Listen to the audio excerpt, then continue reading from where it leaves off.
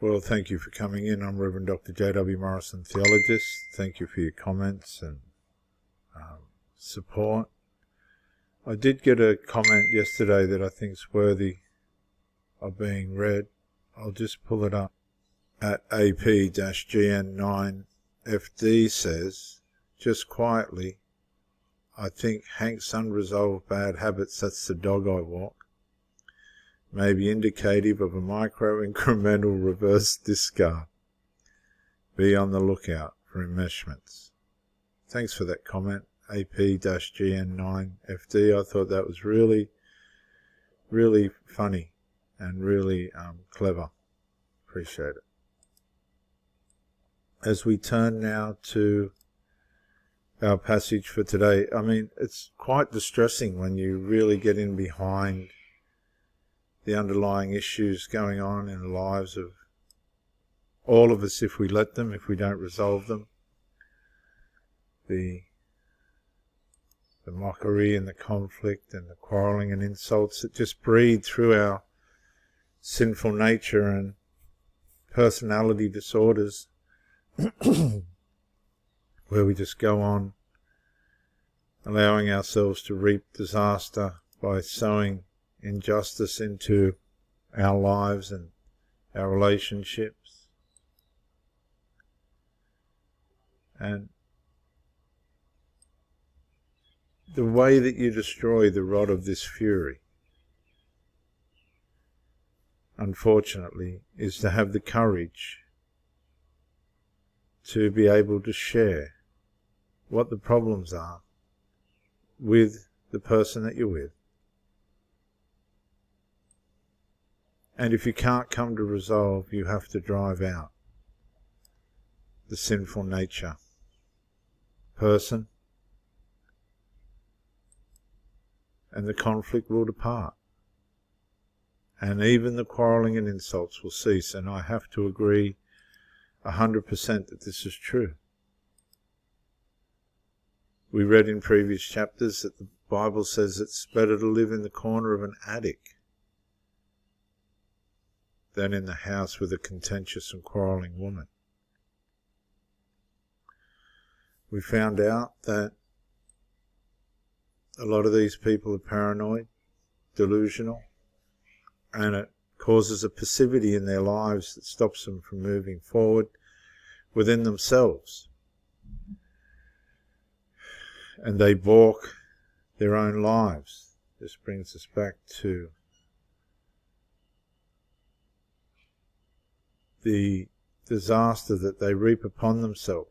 You see, there's disaster of commission and there's disaster of omission. There's things that we can do to bring disaster on ourselves.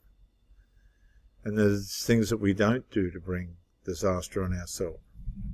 And here we see the slacker says, there's a lion outside, I will be slain in the streets. But there is no lion outside, and they won't be slain in the streets. And a lot of people have this attitude towards fixing the problems in their relationship. They think it's like confronting a lion when it's not. It's not. It's just about having a pure heart and gracious lips so that you can become friends, so that you can be one with the intimate part of each other.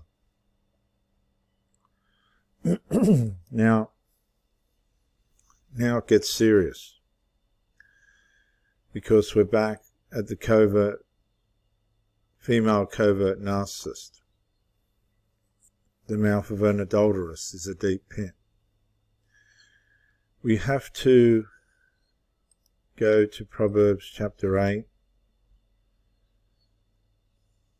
to get a full view of what the scripture is trying to tell us here. Or is it 9? It must be 9. Go to 9.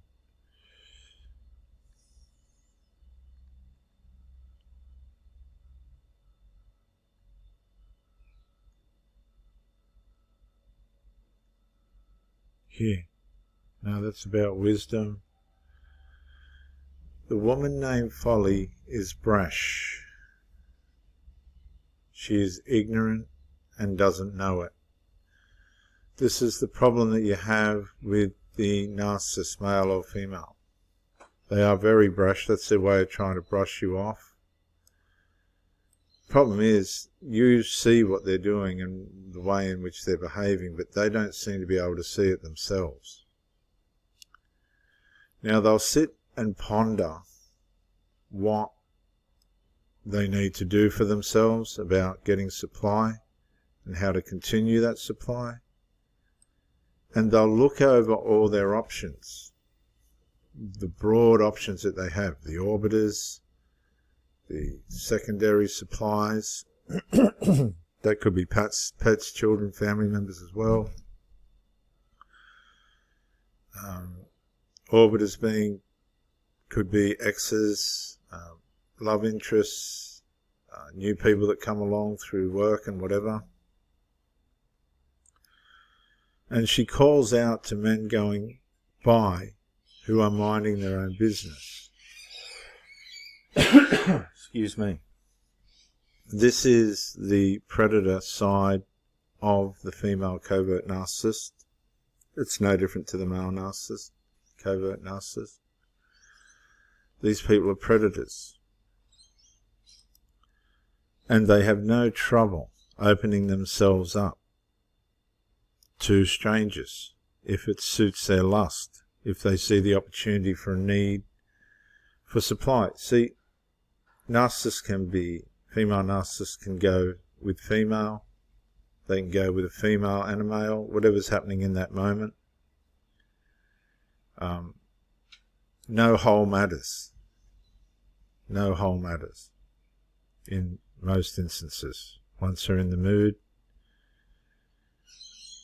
And they try and find people that lack judgment, which concerns me a little bit because I've had 3 of these women that have worked with disabled people. And I never realised that's a source of supply where they get a grandiose sense of themselves in helping each other and paid for it at the same time.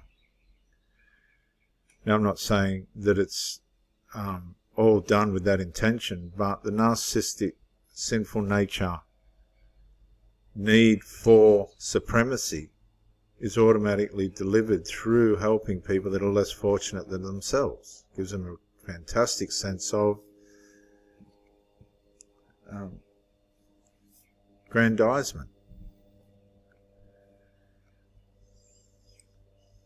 They like to steal supply from people by not telling them that's their intention.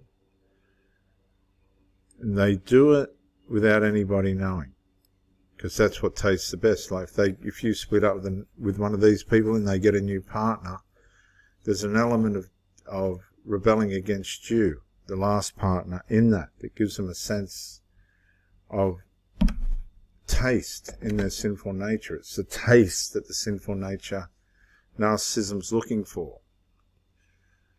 The lustfulness that comes with the doing something with somebody else that they're not supposed to, against all the rules and all the morality. And they do it in secret. You don't know half the time who these people are with. But the problem with it all is, little do they know the dead are there, and that her guests are in the depth of the grave. The woman has things missing inside herself.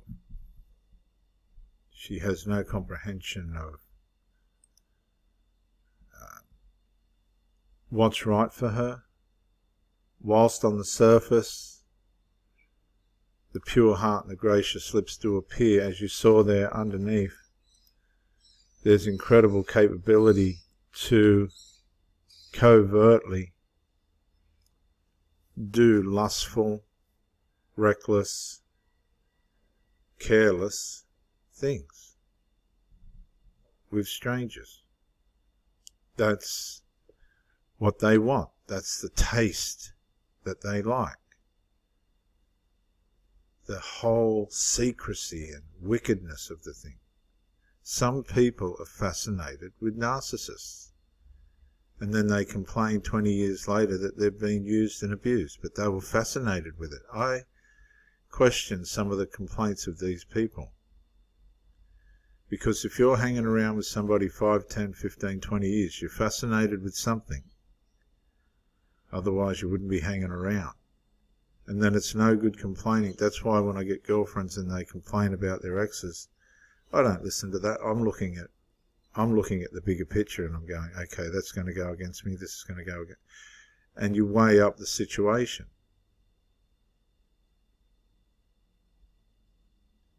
That's how it works.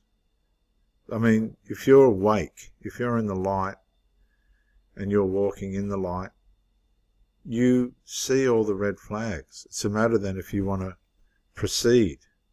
And I have proceeded in a lot of these situations with a pure heart and gracious lips, only to find out that I was heading into a deep pit of unresolved and of lust, secret lust. These people get tremendous fuel out of deceitfulness and secretness and wickedness, and you start bringing them into a place of peace and kindness and goodness and all that, and they get bored. They just get bored. That's the nature of this. That's the sinful nature and personality disorders. Once it gets bored, they're off, looking for more fuel. Men and women. And they'll have no trouble going for it. Because it's the secretness of stealing that fuel out of the person when they think that they're in a relationship. They're not. They're being raped, pillaged and plundered. If you don't believe me, wait till the trouble starts, then you'll believe me. Because little do you know, that's where you're headed, into trouble. The mouth of an adulterous woman is a deep pit. He who is under the wrath of the Lord will fall into it. Many men have succumbed to this pit and never found their way out again. They've never recovered once the adulteress is finished with them.